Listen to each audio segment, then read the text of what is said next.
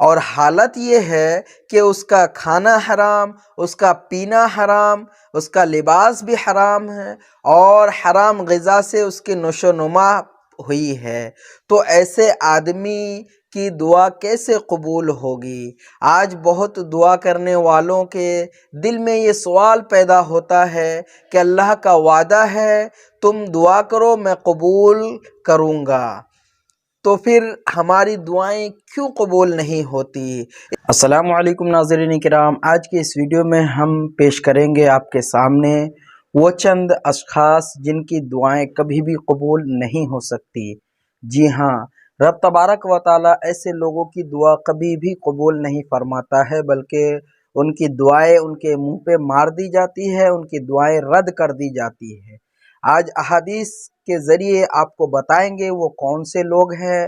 ناظرین کرام، احادیث کریمہ میں یوں تو بہت سارے لوگوں، بہت سارے ایسے گناہ جن کا بیان آیا ہے، ذکر آیا ہے کہ جو بندہ ان گناہوں میں ملوث رہتا ہے ان کی دعائیں کبھی بھی قبول نہیں ہوتی۔ الگ الگ مختلف مواقع میں آپ صلی اللہ علیہ وسلم نے بہت سارے احادیث کریمہ میں ان کا ذکر فرمایا، لہٰذا یہاں پر آج کے اس ویڈیو میں ہم صرف 5 ایسے لوگوں کے بارے میں بتائیں گے جن کی دعائیں کبھی بھی قبول نہیں ہوتی۔ یہ حصار کے لیے نہیں ہے، بلکہ الگ الگ مواقع میں اور بھی بہت سارے اشخاص کے بارے میں آیا ہے جو لوگ ایسے گناہوں میں ملوث رہتے ہیں ان کی دعائیں قبول نہیں ہوتی ہے، لہٰذا یہاں 5 لوگوں کا ذکر ہم کریں گے جو احادیث میں آیا ہے، وہ احادیث پیش کرتے ہیں آپ کے سامنے۔ ناظرین کرام، سب سے اولاً جو بات ہے وہ ہے حلال و حرام کی تمیز نہ کرنا۔ ایسے اشخاص جو حلال حرام میں تمیز نہیں کرتے، ایسے لوگوں کی دعائیں کبھی بھی قبول نہیں ہوتی۔ دیکھیے احادیث کریمہ میں کیا آیا ہے۔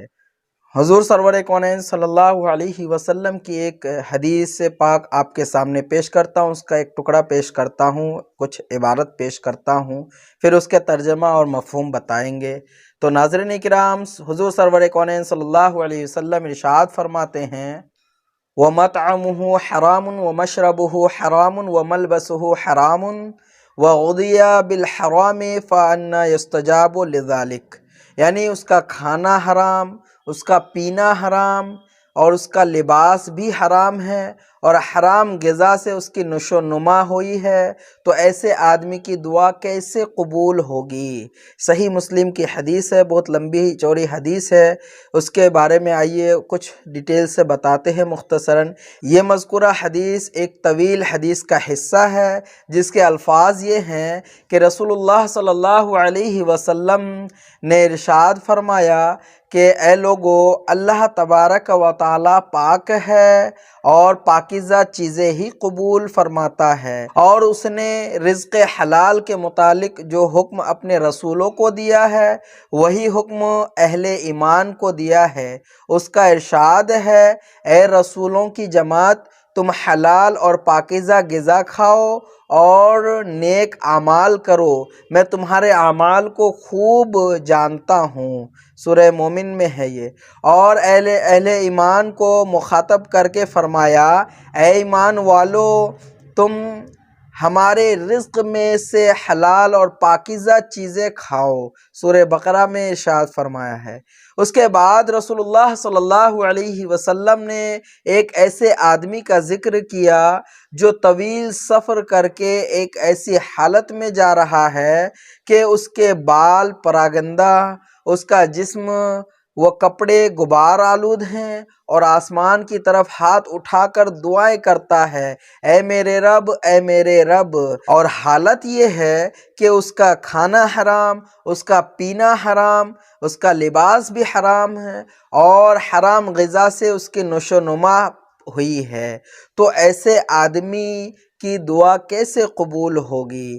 آج بہت دعا کرنے والوں کے دل میں یہ سوال پیدا ہوتا ہے کہ اللہ کا وعدہ ہے تم دعا کرو میں قبول کروں گا، تو پھر ہماری دعائیں کیوں قبول نہیں ہوتی؟ اس حدیث پاک میں اس کا جواب ہے کہ آج دعا کرنے والوں میں حلال و حرام کی تمیز کرنے والے کتنے لوگ ہیں؟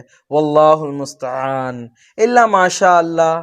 اور جو پانچواں شخص ہے اس کے بارے میں ایک دوسری حدیث میں آیا ہے، اتقی دعوت المظلوم فإنہ لیس بینہ وبین اللہ حجاب، یعنی مظلوم کی بد دعا سے بچنا، کیونکہ اس کے اور اللہ کے درمیان کوئی حجاب، کوئی پردہ حائل نہیں ہے۔ صحیح بخاری شریف کی یہ حدیث ہے۔